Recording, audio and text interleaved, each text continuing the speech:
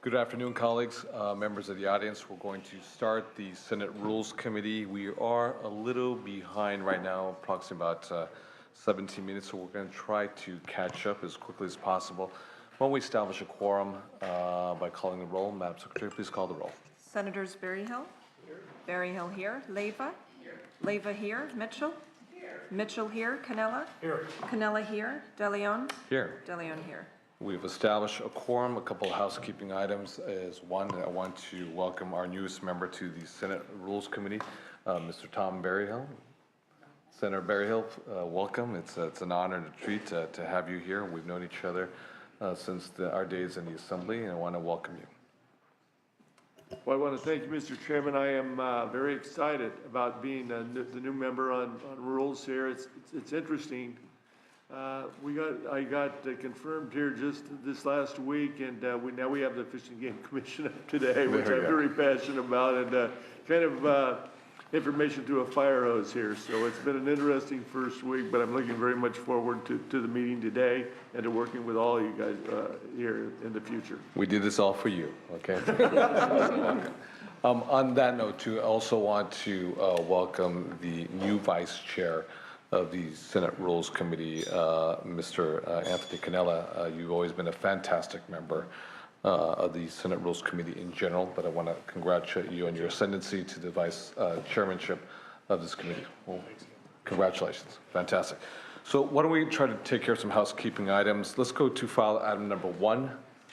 Then we're going to go to 3 through 6 on the agenda that is before us. File item number 1, 3 through 6. Can I get a motion? We have a motion made by Ms. Mitchell. Madam Secretary, please call the roll. Senators Berryhill? Aye. Berryhill, aye. Leyva? Here. Leyva, aye. Mitchell? Aye. Mitchell, aye. Cannella? Aye. Cannella, aye. DeLeon? Aye. DeLeon, aye. Okay, motion passes on a 5-0 vote. We can get to our 2 appointments that are required to appear by the Senate rules and also by law.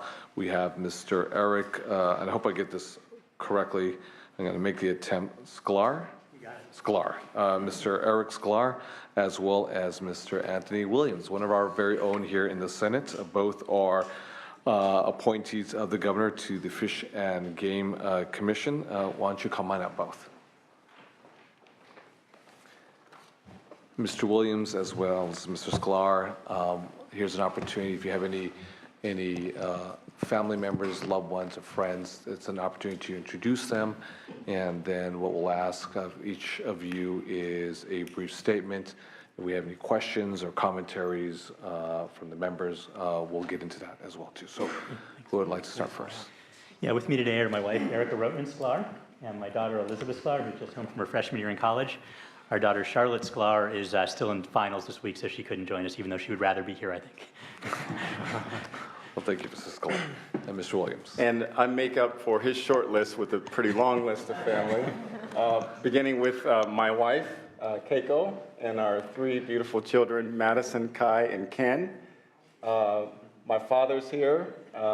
My stepmother and her daughter are here, Marsha Williams, and also some very good friends of mine that I work with in law from Los Angeles who are here to support me as well. So, well, thank and I you. also want to just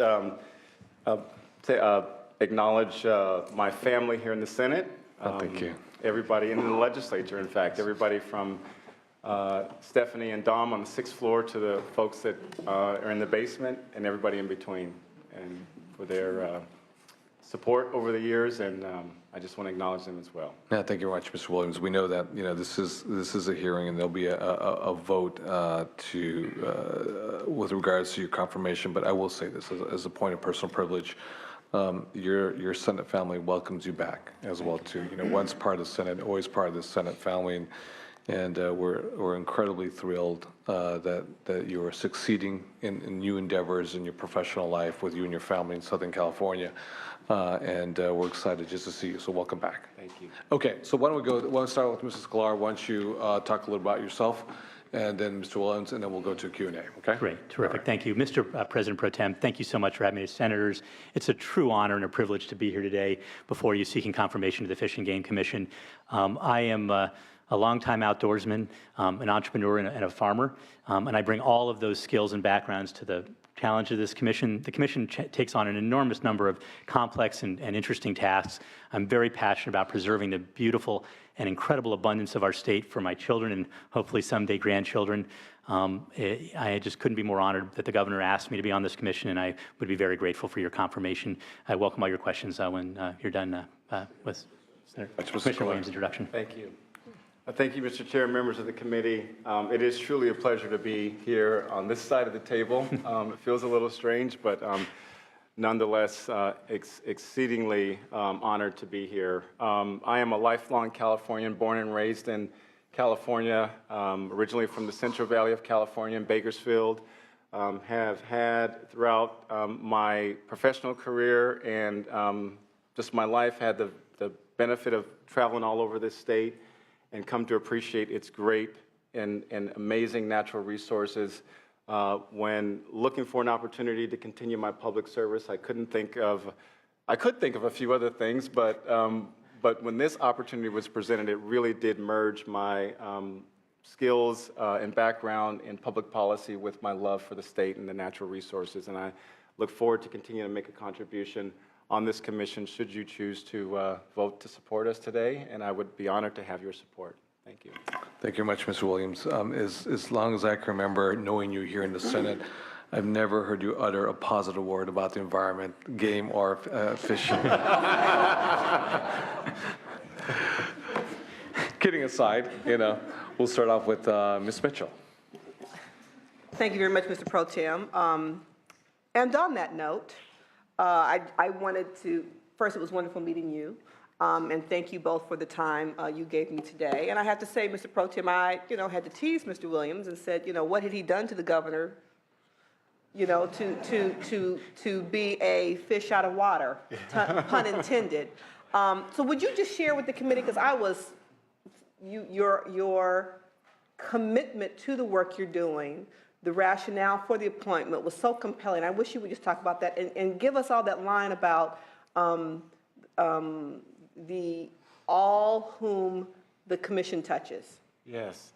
So thank you, Senator, for the question. And it is a little odd. I think most of the people who have some familiarity with my background know that I spent most of my professional time here working on issues related to judiciary and public safety.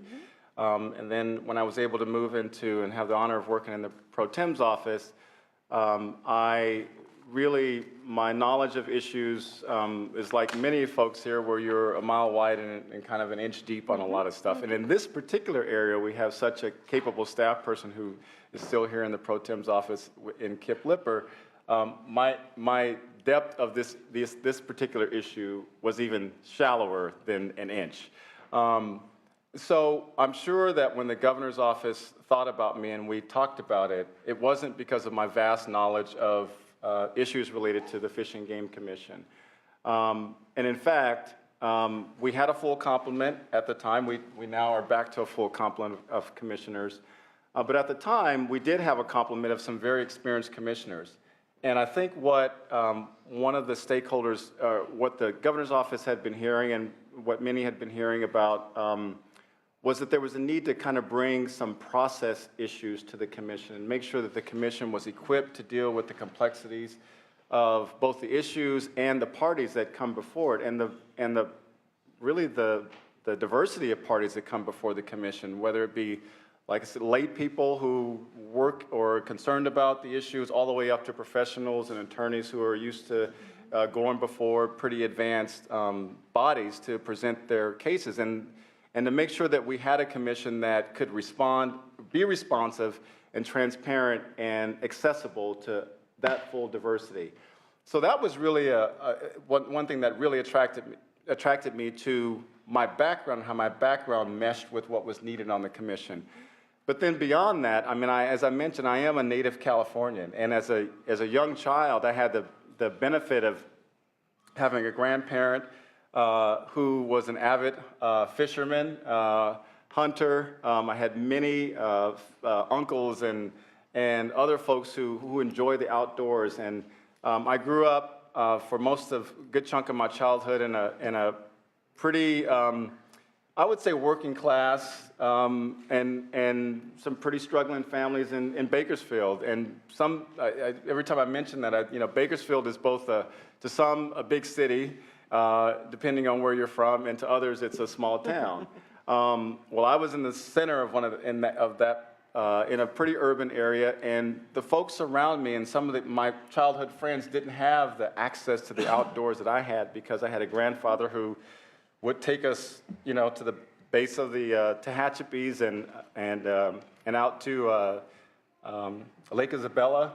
So it was that experience that broadened my perspective and allowed me as a young man to see beyond the square blocks of my neighborhood. And as I said, I think when we were meeting with you, Senator Leyva, that it allowed me to see that I could, a kid could come from Bakersfield and not just see beyond the neighborhood, but to see beyond the borders of the states, and one day go to Harvard. I mean, that was really opened my eyes to that. And so that's kind of been my driving force for this issue. And so no, you look at my resume and you don't see hunting and fishing, and why do I care about this?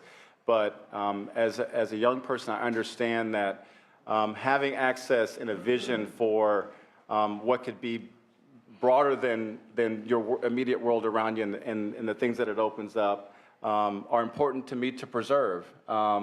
And as I mentioned, the jurisdiction of the commission goes from basically every living thing in California except people and some of the food we eat. I used to say all the food we eat, but certainly we eat seafood. And the jurisdiction extends from the Oregon border down to the border with Mexico, over to the, Nevada and Arizona, and out 3 miles off the coast of California. And so it's a very vast area. It's one where I do have the experience of having to learn issues pretty quickly from a public policy standpoint and apply what I hear from folks to be able to make a decision. And so that's my passion for being here, and my interest in balancing all of those issues. Well, must say, as a, third-generation native Angelino who bought her first fishing license yesterday, we can come far when given the opportunity. I won't be using it, however, my son will, but I bought it, so it counts. I appreciate that, and having known your reputation, and then having known you as I came back as a member, former staff, your orientation to process could only be valuable to any commission. And so I'm glad that you're there and you're so excited about your appointment. And must say, in the commission's close to 150-year history, I'm very proud that I'll have the opportunity today to cast my affirmative vote for the first African-American appointed to the commission. So let me add that. Mr. Williams, I know that you've taken the lead on the new operating procedures for the commission. Tell us briefly, if you could, how they'll improve transparency and what will change from the experience of those who come before the commission. How will it be different? Well, thank you for that also, Senator. Yes, so you don't have to go back very far in time of the history of the commission, where most of the commission meetings were attended by a handful of people who had a specific interest in what was coming before the body. And frankly, for that reason, there wasn't a lot of transparency about what the commission was acting on. I mean, it was a time, when even in the age of the internet, the agenda wasn't necessarily posted online, and the materials weren't necessarily posted. The commission now posts the full agenda, all of the backup materials that are accessible to the public. But beyond that, it was, folks didn't really know how to even petition the commission. It wasn't very clear, if I have an issue and I want to come before the commission, what do I need to do? And it was so a little bit loose, frankly. And this is not meant to disrespect or be critical of the prior commission, but it actually worked for the time. Now it's become much more complex. The diversity of folks who come before the commission are much more the range, as I said, from a layperson all the way up to professionals. So we have, first of all, instilled a process by which it's very clear. We instruct the public on exactly how to petition the commission. We provide notice of that. So there's all of that. But then there's also, in terms of the structures of the committees, we've made it very clear to the public how to gain access to the commission's work through whether it be a working group or a committee of the commission, to be able to know and have notice of exactly what's happening. I think the main thing is the transparency and setting the right expectations for the public and what they need to do to be able to access the commission. And then, frankly, even though we've added these processes and procedures that will allow us to work in a more efficient and frankly predictable and planned way, I am one who still cares about that working person who doesn't have the time to figure out all the rules and regulations. And if somebody shows up at a commission hearing and it's out of order, or there's some issue, we want to give them an opportunity to be heard as much as possible. And that might not extend to the lawyer who tries to use that excuse. I mean, but if you're a working person and you've driven 100 miles or 150 miles and you want to, you're going to be heard. So Appreciate that.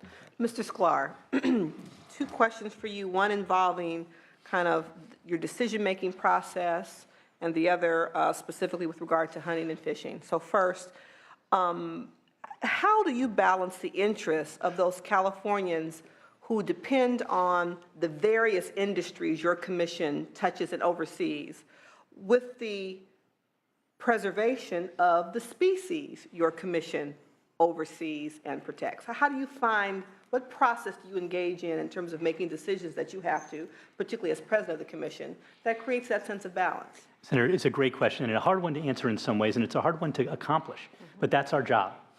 First of all, I ought to say that we're not professionals in the specific technological issues or biological issues that we face, and that's intentional. We're a citizens commission. We're all very different. We bring different backgrounds to it, and that's the idea. So that's the starting point. But our job is to balance science and facts that are often brought forward by the department or even stakeholders with philosophical values about preservation and sustainability, and it's not easy. I guess the answer is that our job is to synthesize all that at one time while listening to everybody, being very inclusive and open and transparent, as Commissioner Williams has said, and then applying our judgment to it. And the reason we don't have a single commissioner is that we get the synthesis of all 5 commissioners' effort of doing that same thing. And that's a great part of the democratic process and the beauty and the design of our system, that the outcome, hopefully most of the time, produces the best result. Appreciate that. Similar kind of question, and under the context specifically of hunting and fishing, how do you respond to the contention that the commission is losing its hunting and fishing voice?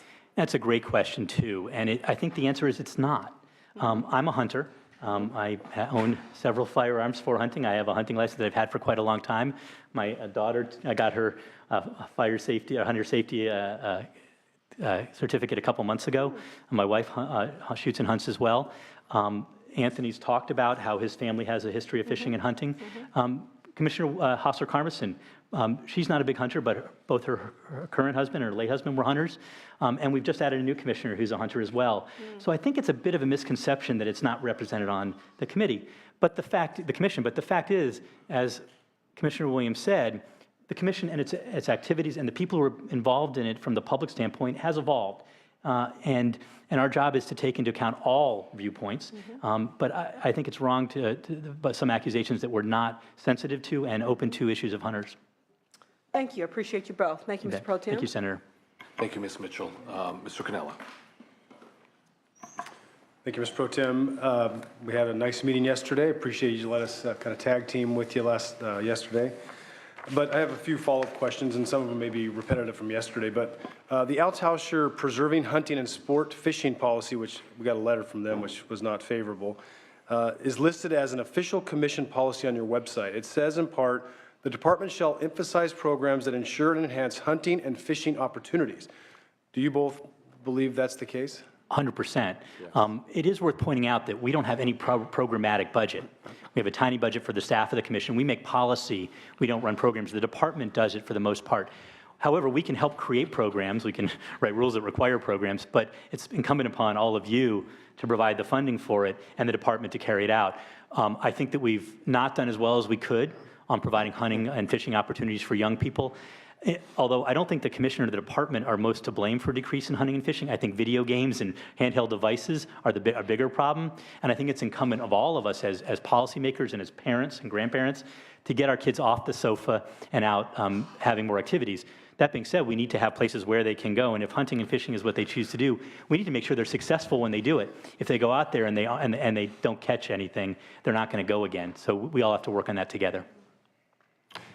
Yeah, and I would only add to that, you know, so absolutely yes, in terms of making sure that there are adequate opportunities and increased opportunities. The other thing too, in terms of tapping into the youth, it's very important to me, and with many of the hunting groups that I meet with on a regular basis, to encourage them. I know that there's a group that I meet with, have breakfast with on a pretty regular basis in Huntington Beach who do hunting safety and firearm safety, you know, and I, you know, like the fact that, you know, you can kind of disparage a group if you don't know anything about it, and most of the folks that I deal with and interact with who in our hunting community are ethical and you know, some of the strongest conservationists that are out there. So I would like to see more of that interaction between them, and I encourage them to reach out to some of the non-traditional groups. I have worked for many years with a group of kids in Bakersfield who are, you know, boys and girls of color who I ran a program with down there, and I've encouraged them. As if you want, you know, you really want to extend your reach. One way I would encourage you to do that is to reach into some of the schools that you don't necessarily have traditional inroads with, and I'm willing to help you do that, and I'll work with you to do that, because it is broadening that perspective, and it's not to detract from, you know, what folks might perceive as traditional folks, but it's broadening the tent a bit and make sure that the future of California is fully represented in terms of that, because that's what's going to sustain and preserve the activities and all that. So. Senator, if I can fall under that one idea, which is that if we're going to hope for conservation of our natural environment, as we become more urbanized and fewer people are living closer to nature, it's really critical that we get folks from the cities out to see the beautiful and incredible abundance of our nature, or they're not going to support the most important preservation of it. Yeah, and I guess, so you both agree with that statement, because I think, you know, conservation and preservation, if you focus more on preservation rather than conservation, then we have a problem as well. So related to that, I understand you both went against your own department's recommendation and some believe sound science with regard to banning and trapping of bobcats. If your policy is to emphasize programs that ensure and enhance hunting, why didn't you follow the advice of the staff? I'm happy to start with that if you like. Well, if our job is not to follow the advice of the staff, but to do what I described to Senator Mitchell, which is combine all of the information we get. There's times when people are happy when we follow the direction of the department. There's times when they're happy when we don't, and vice versa. But on this one, there were a whole bunch of very complex issues. I wish it hadn't been the first vote we had to make at our first meeting on the commission, because it was complicated and controversial, and I think it shaded some people's view of us entirely.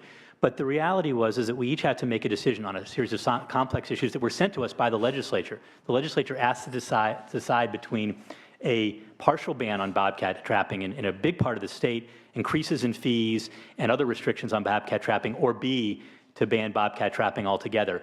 In doing so and fulfilling the request of the order of the legislature to make a decision between the two, we looked at the science, the department, information from a variety of stakeholders. There were over 750 people attending that first meeting that I was at, talking about the specific topic, 120 speakers, I believe.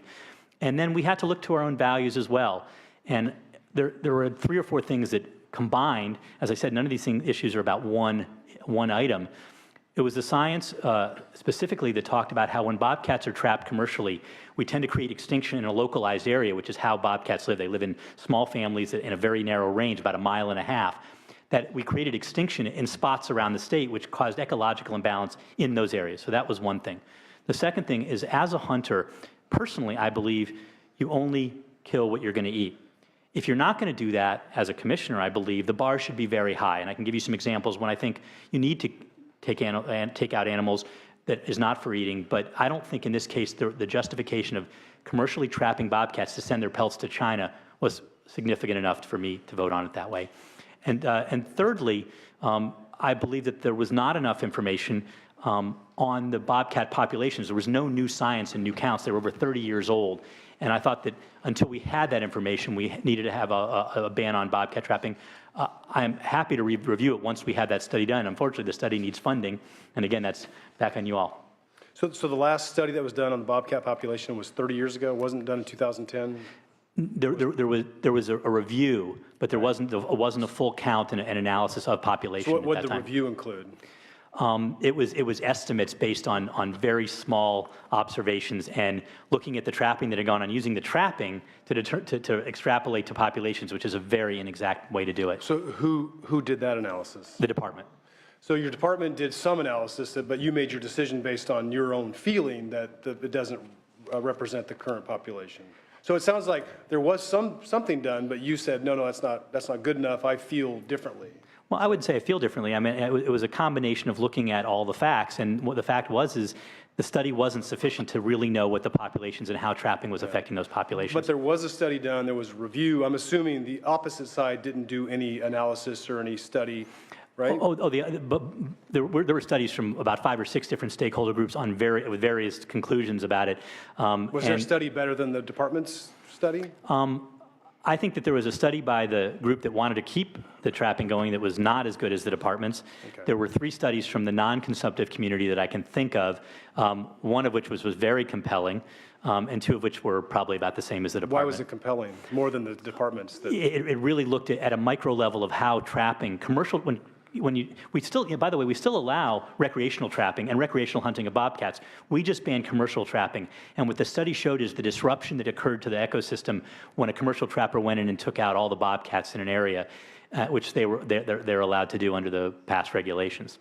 Okay, so my concern again is your own department, which I agree, we don't agree with the department 100% of the time, but they did a study, they made a recommendation.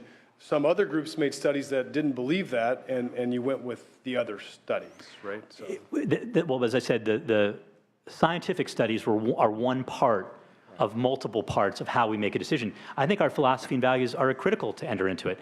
Again, that's why we have the commission, is to take things other than just science into account. And I appreciate that. So if the study wasn't the leading factor, what was the leading factor in your mind to say, we're going to ban trapping?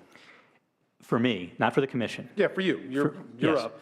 Yeah, for me, the idea of killing a wild animal and shipping its pelts overseas with no other purpose was a big one for me.